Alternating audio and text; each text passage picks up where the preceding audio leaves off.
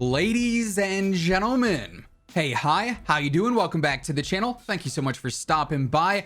This week is obviously a very big week for Call of Duty. We got the Season 3 update dropping in Vanguard and Warzone between today and tomorrow. And yesterday, we actually got a new update in Cold War that was primarily based around zombies to introduce the whole super Easter egg, if you want to call it that. And this update actually gave us some brand new leaks on some future content coming to Cold War and Warzone. And we also got some brand new official information on Warzone 2 and Modern Warfare 2 from a Call of Duty investors post earlier on this week as well. So lots to get into today as we break it all down. If you enjoy the video at any point, let me know by dropping a like on it. It really does help grow the channel.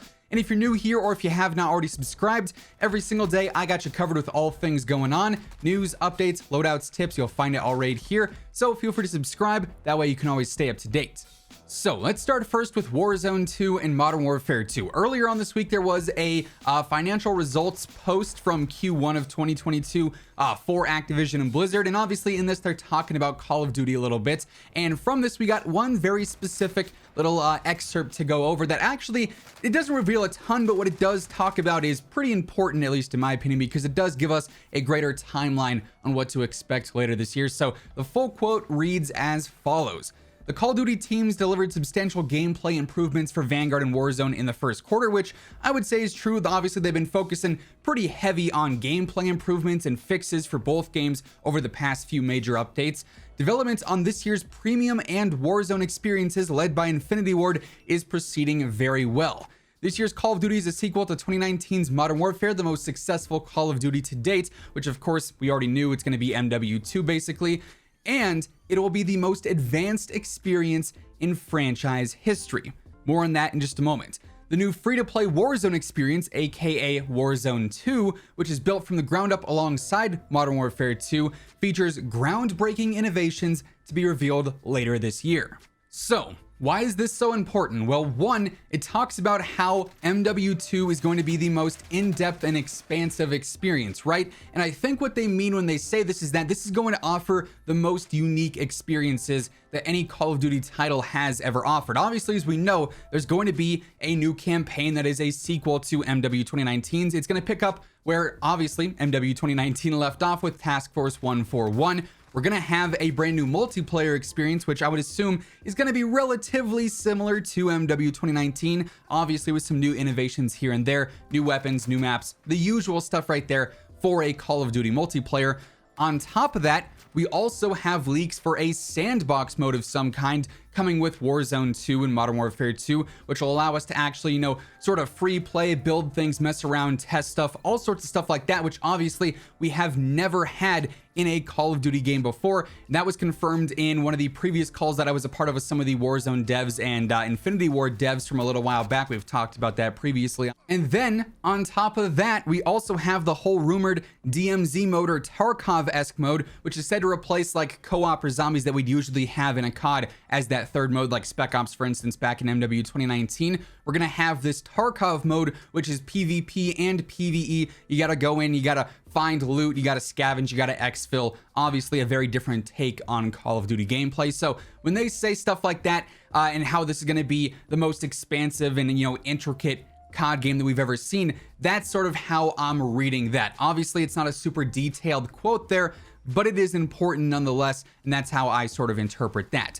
We also get news on the Warzone 2 reveal, which to me was actually a bit surprising. This little post here, this excerpt, 100% confirms that we are going to see a Warzone 2 reveal later this year. Now, obviously, first and foremost, we're going to see a reveal for MW2. That's rumored to be happening with teasers later on this week and probably a full reveal at some point in May. The rumor is like late May as of right now. We're going to have that reveal first. And I would venture to say that we're probably going to see the game release first, MW2 release first before we see Warzone 2 revealed, just to not take away hype from Modern Warfare 2. Obviously Warzone 2 is going to have a massive amount of hype and tons of expectations for it.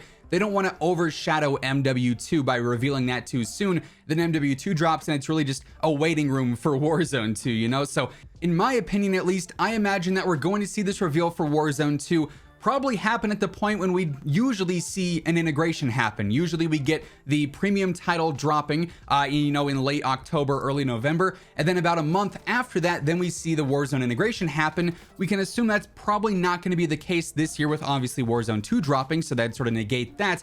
And instead, in early to late December, at some point in that month, we'll see a Warzone 2 reveal after MW2's been out. That way, players are going to be ready to grind MW2, get ready for Warzone 2, but also have that hype leading into the new year, which, in case you missed it, as of right now, we are expecting Warzone 2 to be dropping sometime in spring of 2023 and early 2023. That's the rumored time frame for that as of right now. So, like I said, not a super detailed excerpt here from this financial report, but it does give us some pretty important information.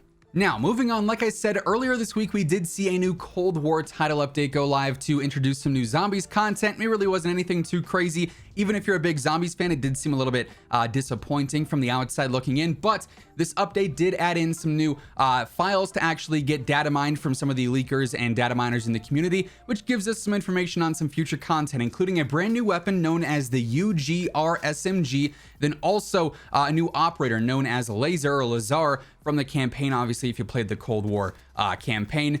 What's important here, though, is that we actually get information on the unlock challenge for the UGR SMG. It's an interesting one. According to the files right now, for multiplayer and for Warzone, the challenge is using an SMG, kill an enemy revealed by your spy plane, UAV, or field mic in 15 different completed matches. So obviously this relies on you getting a spy plane, a UAV, or a field mic in every game and then taking advantage of that 15 different times, which is a little bit time consuming. And then the zombies challenge actually is to eliminate 1,000 enemies while using an epic quality or better SMG, which honestly I don't feel like is that hard. Roll up on D Machine. That seems like it's a relatively straightforward challenge. That might be how I go and approach this one, just because it seems like it'd be a little bit easier and maybe a bit less time consuming. So those appear to be the unlock challenges for that as of now.